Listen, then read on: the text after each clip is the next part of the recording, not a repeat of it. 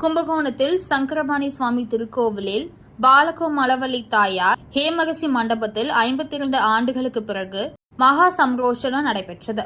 கும்பகோணத்தில் 108 திவ்ய தேசங்களில் ஸ்ரீரங்கம் திருப்பதிக்கு அடுத்து சிறப்பு வாய்ந்த வைணவ ஸ்தலமாக போற்றப்படும் சங்கரபாணி சுவாமி திருக்கோவில் விளங்குகிறது. பொதுவாக அனைத்து வைணவ தலங்களிலும் பெருமாள் தன்னுடைய கரங்களில் சங்கு மற்றும் சக்கரத்தை ஏந்தியபடிதான் காட்சி தருவார். ஆனால் சங்கரபாணி ஆலயத்தில் உள்ள இறைவன் தன்னுடைய கரங்களில் சர்ங்கம் என்னும் வில்லை வைத்திருக்கிறார்.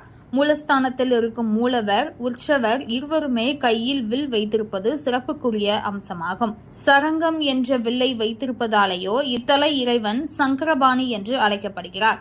திருமலை பற்று 12 ஆழ்வார்கள் மங்கள சாசனம் செய்யப்பட்டது. இக்கோவிலுக்கு சொந்தமான பொற்றாமரை குளம் கோவிலின் பின்புறம் அமைந்துள்ளது.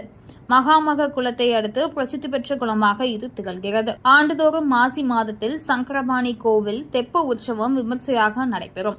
இத்தகைய பெருமை வாய்ந்த ஸ்தலத்தில் பொற்றாமரை திருக்குளம் என்று விளங்கக்கூடிய ஹேம புஷ்கரணியில் தங்க தாமரையில் கோமவல்லி தாயாராக அவதரித்தார். ஹேமரிஷியின் தபசால் எம்பெருமான் வைகுண்டத்திலிருந்து எழுந்தருளி கோமவல்லி தாயாரை திருமணம் செய்து கொண்டார். கோமவல்லி தாயார் ஹேமரிஷியுடன் பாலஸ்ரூபமாக திருக்குளத்தின் அருகிலேயே தனியாக எழுந்தருளியுள்ளார். இந்நிலையில் 52 ஆண்டுகளுக்கு பிறகு ரூபாய் 5,70,000 மதிப்பீட்டில் திருப்பணிகள் நிறைவு பெற்று கடந்த 11ஆம் தேதி ஹனுக்கை பாலிக பூஜைகள், வாஸ்து பூஜை, வாஸ்து ஹோமத்துடன் தொடங்கி இன்று யாகசாலை, சதுஸ்தான பூஜைகள், ஹோமங்கள், மகா பூர்ணாதியும் மகா தீபாரதனையும் நடைபெற்றது. தொடர்ந்து நாதஸ்வரம் மேளதாள மங்கள வாத்தியங்கள் முழங்க கடங்கள் புறப்பாடும். அதனை அடுத்து மகா சம்பரோஷணம் வெகு சிறப்பாக நடைபெற்றது. அதன் பின்னர் மூலமூர்த்தியான பாலகோமவல்லி தாயாருக்கு மகா அபிஷேகம் நடைபெற்றது. இதில் ஏராளமான பக்தர்கள் கலந்து கொண்டு சுவாமி தரிசனம் செய்தனர். இத்தகவலை நமது செய்தியாளர் ரமேஷ் கும்பகோணம் மாவட்டத்திலிருந்து தெரிவித்துள்ளார்.